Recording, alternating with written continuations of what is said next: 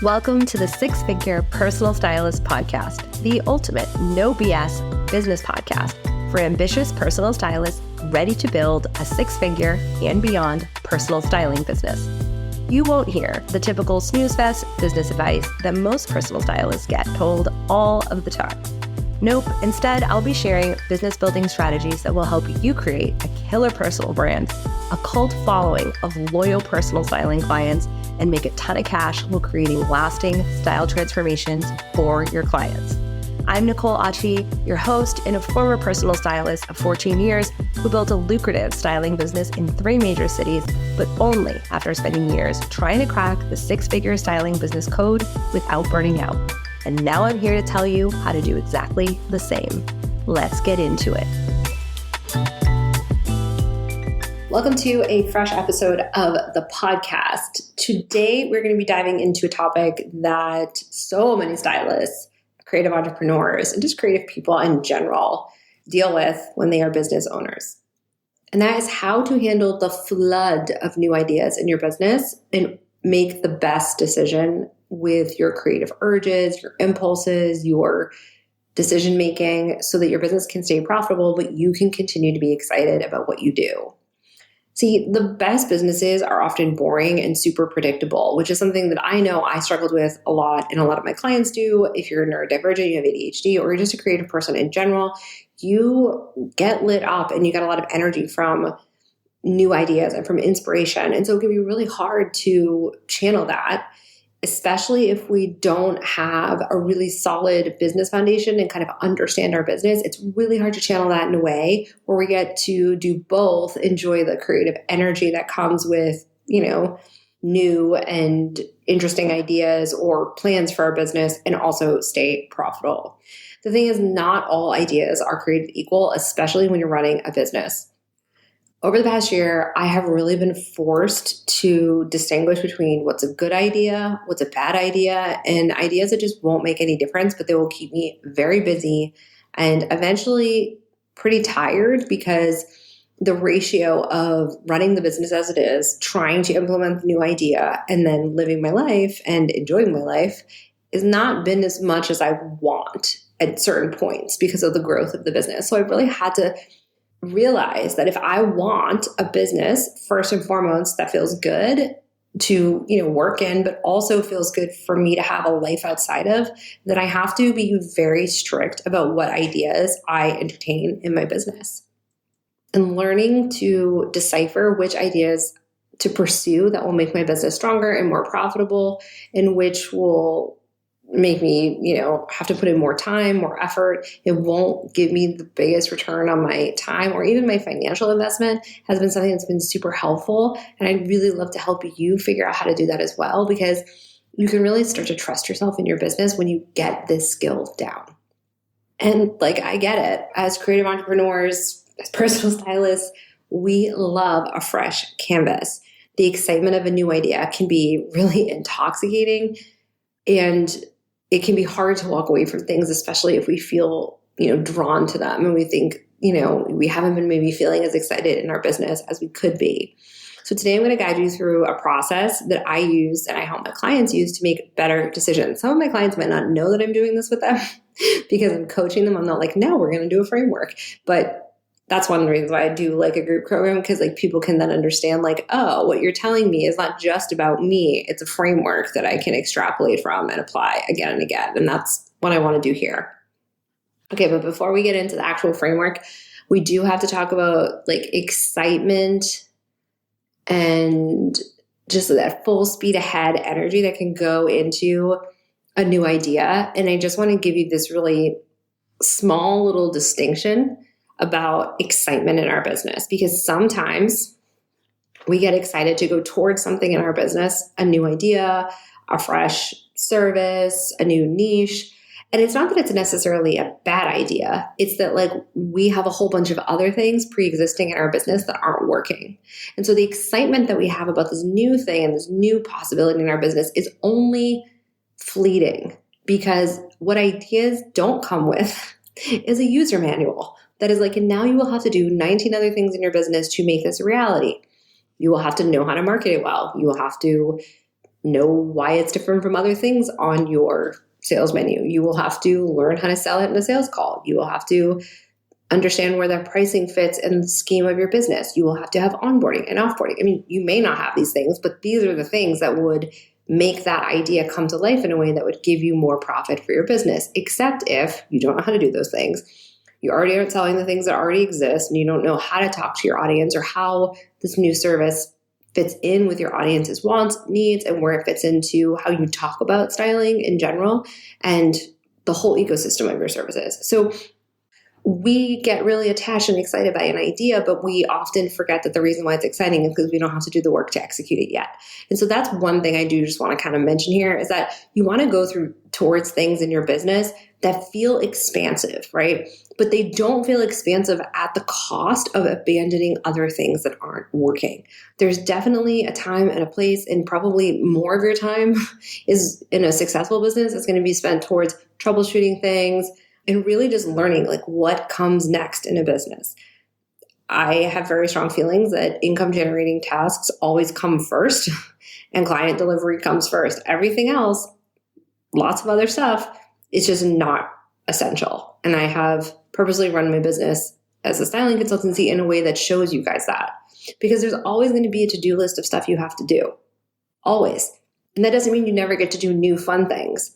But the more you understand the business as a whole and how it all works together, the easier it is for you to be like, okay, I'm excited about this idea, but if I go down this road, I know that I'm looking at 20 hours of implementation, or I'm not really sure that I have this client. I probably have to have a little bit more conversations before I put all the work forward into this new service or idea and find out like actually it doesn't resonate at all.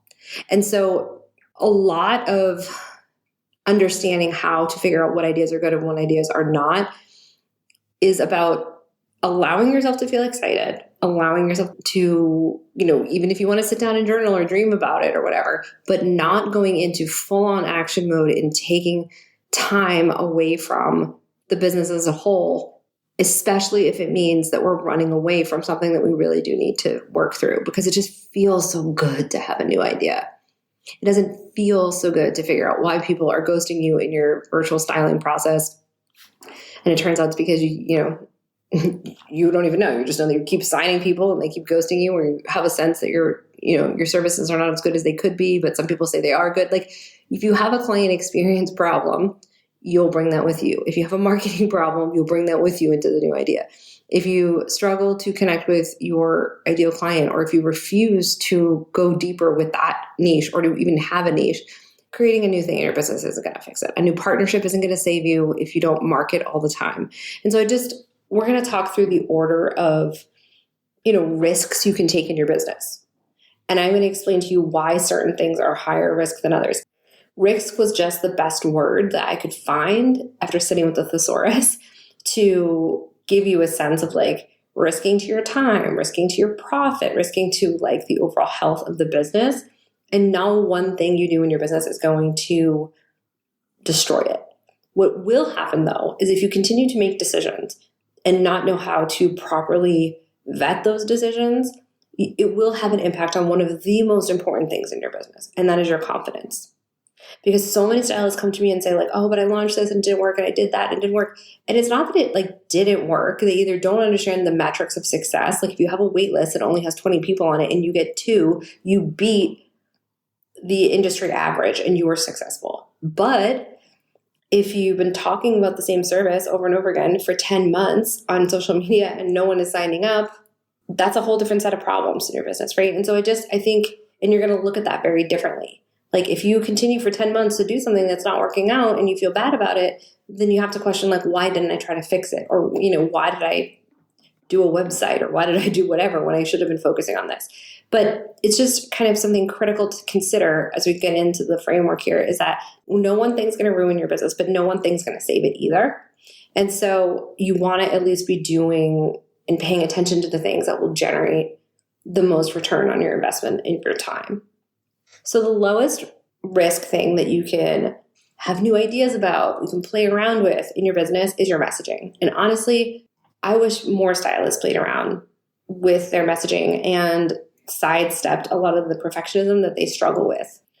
The key is consistently showing up when it comes to your messaging, never with getting it right, because you can't get it right till you get it wrong, and you can't get it right until you have been wrong a whole bunch of times and then people have responded to what does work. Because it takes so long for people to fully absorb your message and to begin to think more like you, which is what you really want, about their style and what's possible for them, the more you say that in different ways, the more you get sick of your own message, but you keep showing up anyways, the more you're going to end up seeing a return on your marketing investment. And that means you're going to have to play a little bit. And that's actually something that I wish more stylists would do. I wish they would get a good idea for their marketing or think of new ways to say things and play in that way in their business. But they don't. This tends to be the area I have to push stylists the most and convince them and work to change their outlook around the fact that perfectionism is going to be their biggest enemy. Now, I'm not saying you can't have a week where you kind of second guess yourself. You aren't really sure if this post is like perfect, but I mean, like, if it's getting in the way of you being consistent, and that's obviously going to be more than 1 week, then there's something for you to take a look at there. Because often when we're not being consistent, we're trying to protect ourselves from something. Usually it's a spoiler, like some fear of rejection, but it's something that has to be overcome, whether on a deeper level in therapy or like even just in a like habit making way. Like sometimes we just tell ourselves, oh, I'm bad at something, but we don't really have evidence because we never really tried that hard, you know? And so with marketing, I would rather you play. I would rather you get it wrong, because you know what, you're on Instagram stories, you write a slide or you talk to the camera and then it goes away if it doesn't work. But you genuinely have to do that so often and so consistently and with the same kind of message, that if there's other parts of your message you want to be more creative with, and if that's what keeps you being consistent with the rest of the messaging that you need to, the same thing over and over said in a different way, then you go. I would love that. So most permission, lowest risk for, implementing an idea and having an impact on your business is like in your marketing, particularly like, shorter term Instagram stories, Instagram grid, TikTok, like, a newsletter. Okay, it doesn't work. And don't keep it moving. It doesn't matter. So that's an area where I think, honestly, I'd love to see more stylists playing. The next of the creative ideas that you want to just, stop for a sec and consider in terms of its like overall impact on your business is partnerships and hiring. So these are still pretty low risk. In 99% of the cases that I work with stylists, even people that are starting to build out teams, they're not all full-time. They're not carrying all this health insurance. Maybe they're starting to consider it, but there's very low risk for the majority of the people that stylists are hiring in their business. So if it's an assistant, obviously you want to give them the appropriate amount of responsibility, but you don't need to, this doesn't have to be like a marriage. It's not that big of a deal. If you want to hire an assistant or like an admin assistant or somebody that can work virtually for you, and the best way you can really get the most out of that is to create standard operating procedures and, make sure that you're training them. But like, if it doesn't work out, now you have that stuff for somebody else. Like, it's not the end of the world. And I think that's something to consider is like, if there's some place that you're going to hesitate, I maybe wouldn't be like getting help in your business, because then that's going to free you up to do other things and things you can only do, like generate income with your brand. The place that I see stylists really not considering, which is kind of like messaging, like if you're going to go hog wild with an idea, it's often not in the two places that would be the least detrimental to their business. And so it's like partnerships, hiring, and messaging. Like, sure, you can like reconsider it or you can take a pause or a beat before you get into it, but I wouldn't hold myself back, because when I was talking about like making sure that you're doing something from a place that feels good and feels expansive, these three things should feel expansive to you: messaging, partnerships, hiring people to help you in your business. None of those things are like super high risk, especially if you're not signing like, 5-year contracts with people. So let's talk about partnerships. The only thing I'll say about partnerships that I would just like take, 24 hours, 48 hours before I went all in and committed is you just want to make sure that you're doing research on people, especially if you don't know them that well. See if their values align with you by taking a look at their internet footprint. I think that's really helpful. It's something I should have done in circumstances where I was like, you know what? I don't know that I really want to be in that world, or I don't want my brand associated with that world. So that's something I would consider, even if it's a big name, even if you're like, wow, there's so much visibility. I've had those opportunities and they really weren't worth it if I look back on that, mostly because you can be on a podcast or you can teach in someone else's group or you could do an Instagram live with someone. And like with time and with repeated relationships with the same type of ideal client, it will definitely have an impact on your brand for sure. But there's no one partnership that's going to like make you or break you, or no one podcast episode that you're going to put out that's like the floodgates are going to open, right? I mean, sure, there's certain things that can be a little bit more helpful just in terms of like the level of visibility you can reach, but nothing's a shoo-in for sure. And so if you're thinking about partnerships, just do quick research, look and see what are the reviews say. Are they involved in anything that don't feel like it's a good fit for you and your brand? That's all I would say. I would also just consider like, do you have the time to follow through on the commitments of the partnerships? Because some partnerships are so no big deal, really easy breezy, but some of them require a little bit more back and forth or collaboration. So my only thing to consider is that one of the things we talk about a lot in my programs is like, when is the best season of your business to do certain things? And if you get into a partnership with someone when you're not busy, just think about, is the outline of this partnership, in order for me to stay in integrity with what I promised, is it within reasonable bounds of what I'll be able to follow through on when I'm in a busy season? Because sometimes we make commitments when things aren't as busy, and then as stylists that have often like really high highs and really low lows, then we want to fix that. If you're that kind of person still and that kind of a business, I really want you to be careful what you say yes to when slow, and just make sure it's something you could say yes to when it's not slow. That will just help everybody feel super aligned. Okay, so now we're going to get into the top two things that I think are most pump the brakes issues in terms of going forward with new ideas. And they are the two things that people go forward with the quickest and the fastest. So it feels a little bit controversial, but here we are. I'm going to tell you the truth. The first is changing your established client services. This really does require a good amount of consideration. Now, I'm not saying you can never change your established client services, and I'm not saying you should never change your new client services, which is up next. I'm not saying that. I'm saying that the most amount of consideration, the most amount of time to consider, the most amount of weighing and looking at your business as an ecosystem, and then looking at this decision to change the service within that ecosystem. This is the part where it's a lot more risk in terms of what can happen. And like I said earlier, it's really a lot about stylists not feeling confident because they don't understand that when they have a new decision and there's multiple parts of that decision that have to be carried out in their business, they don't know that. So they don't know that in order to make it successful, a whole host of things would have to happen. And my biggest thing I can't stand is seeing you guys lose your confidence over stuff that like it was just a knowledge gap. That's why I'm talking about this. So changing your established client services. Here's the truth about this. It does require careful consideration. It does not require the type of build out that most people do and end up getting frustrated by, or just like scattering their energy with in order to be successful. Because you want to be able to answer, what does this service fulfill for my client? Am I sure that it's something that they need? Have I had conversations in which it was clear that this was the solution to what's next for my client, which means you need to be in more conversations with your clients if you don't know. This is why I talk so much about relational selling, because you have to have a client-led business to be successful right now. And this is why, you don't need huge social media numbers, or why lots of people that have huge social media numbers are not making sales. It's because they're not willing to have the conversations and step outside of themselves. When you're willing to do that, which I think so many stylists, when they become aware of this, are ready to do that, it changes the game. And so you don't need that much to change your established client services or to offer a new service or to pitch a new service. You just want to make sure before you put up all the scaffolding and all of the behind the scenes onboarding and offboarding, which if you don't have, that's a problem. So that's where you should be focusing.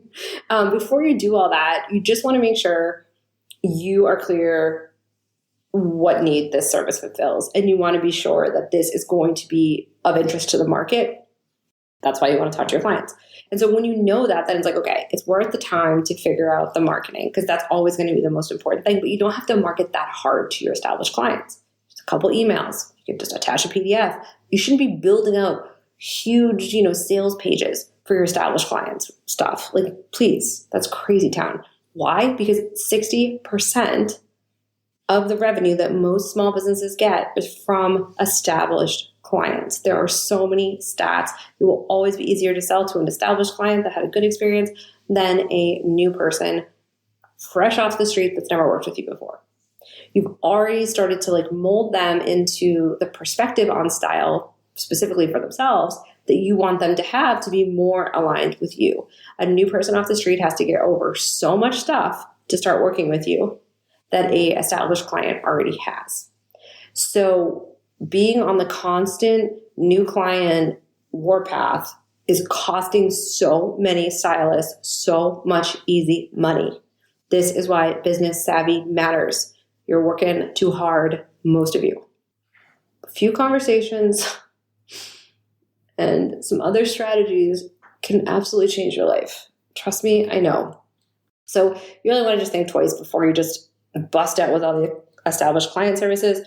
But again, if I was going to build out one over the other, a new client service or an established client service, 9 times out of 10, if the market is there and you have enough established clients after a few years, which you should, I would always put together an established client service before I put together a new one, period.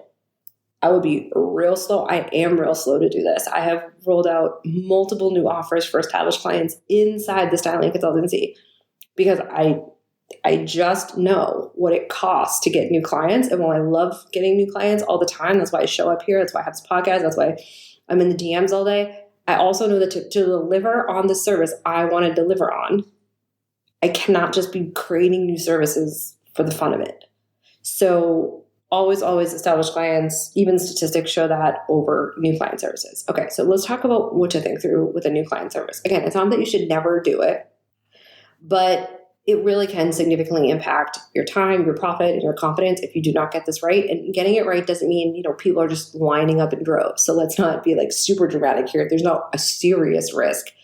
There's just a really high risk that this is a behavior that's trying to circumvent another skill set that would really help you thrive and actually like your business and feel like more of an expert and have more time and have more money and actually live the kind of life you wanted when you became a stylist. There's just a very good chance that you don't know this because I didn't know this. My clients don't know this.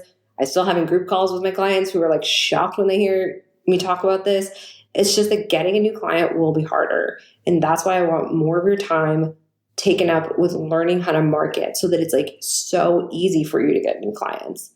And so that you actually can get a wait list and so you can actually book down and so you can actually plan a vacation without worrying what will happen when I come back if I have no clients. This has to stop in this community. And so creating new services when you don't know how to sell the old services is deeply problematic because no one has tried that service before. So it's not the service that's the problem. It's how you are talking about it. But nobody talks about this because it is easier to give stylists a list of services and be like, here you go. This is what all stylists do. All stylists have these 3 services or these 5 services, and nobody talks about what it takes to sell a service, which is why the industry average for income is not as high as it could be or it should be for a luxury market. So I need to be totally straight with you. New client services should have clarity around. You know exactly what portion of your ideal client audience you want to serve that your other services don't. You know exactly what features help to get them to the end result of that service. And you're clear where this service fits in the overall ecosystem of your business. For example, it's a very high ticket service. You're going to have a lot of touch points, a lot of steps, and a lot of systems to retain a high value, which you should. You should try to attract this client, but that experience is going to take a lot more creation on the back end to deliver than a 1 hour, one-off call. If you do a 1 hour, one-off call, what are you promising? And is it actually even going to get you a repeat client in the future? Just because it's cheaper doesn't mean that it's set up and designed in a way to keep that person who paid $500 in your ecosystem long enough to pay you $2,500 or $5,000. If the offer doesn't make sense to lead into the next offer, it doesn't matter what the price is. You're just going to spend 8 hours on $500 calls. Not the worst thing I've ever heard. When we could have just figured out how to tweak your messaging and sell your $5,000 offer, 3 times a month. That seems like a better use of 8 hours. Just saying. Because then you can rinse and repeat it every month. This is why we want believers, not buyers. This is why the way that we spend our time in our business is what gives us the type of business that is going to feel the best, the most expansive. It's also going to give us more time for, more creative partnerships, for potentially hiring new folks to help us with our business. It's going to give us better messaging ideas. We're going to have more time to read content that gets it out there and makes it better. So these are the types of things you want to be thinking about, from lowest risk to highest risk. Be most creative with your messaging, your partnerships and hiring. Then you can start thinking about established client services and then new client services. If you can answer where these things fall into, especially like the established and new client services, where it falls into within these categories, I'm going to give you, there's 4, then you're probably good to go. If you can answer these, no problem, you should go ahead on any category, but especially the top 2. Does this decision, this new idea, this goal align with my vision for my brand and my overall goals as how I want to be seen as a stylist? Number 2, does this new idea help me make the financial impact that I want to in my business? Will I actually get closer to my financial goals, even if it means I have to take a little bit more time now to get there, to build this out, because I know I've had conversations with and there's clarity that the market wants this? Number 3, does this support my lifestyle goals? Will this keep me out of being on phone calls 9 hours a day when I want to spend more time with my kids? Will this mean I won't have to work the weekends? Will this help me get closer to the kind of life that I want to live while I run this business? Number 4, and this is the most important, number 4 is the most important. How does this impact my ideal client? How does it help them? How does it get them closer to what they want? How does it build their identity towards someone that has the kind of style they want? How does this impact my ideal client? If you cannot answer that one, it doesn't matter what the other 3 are, because those are about you, not about the most important asset to your business, your client. And just a reminder that client experience is so critical to your reputation and to getting to that repeat client rate that we've talked about. So you really want to make sure, that you're running it through that 4-question framework in order to figure out okay, I'm on track. Just a quick reminder as we wrap up too, that the business you have today is the result of the decisions that you made 90 days ago. So take the time to think through your choices and feel your excitement. Journal about it, tell people, talk to people that you trust, and also spend time being excited about your long-term vision, the person you want to be, the impact you want to make, the possibility you could have in terms of income and, financial security.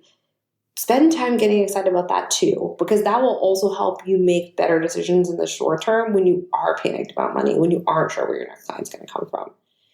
If most of us, myself included, on plenty of areas of my life, if we spent as much time going towards the skills we need to handle the things that were actually going wrong versus running away from them and distracting ourselves and doing it, the problems would be solved so much faster.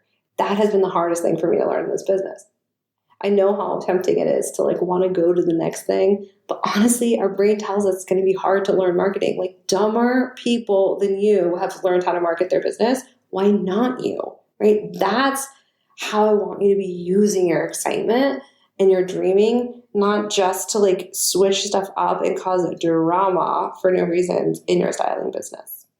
Thank you for tuning in. I hope this framework for decision making helps you navigate exciting new ideas and also having kind of a boring but seriously money-making business, and teaches you how to be even more confident in yourself because you know how to make good decisions for your business. Until next time, keep going. I see you and I'm proud of you.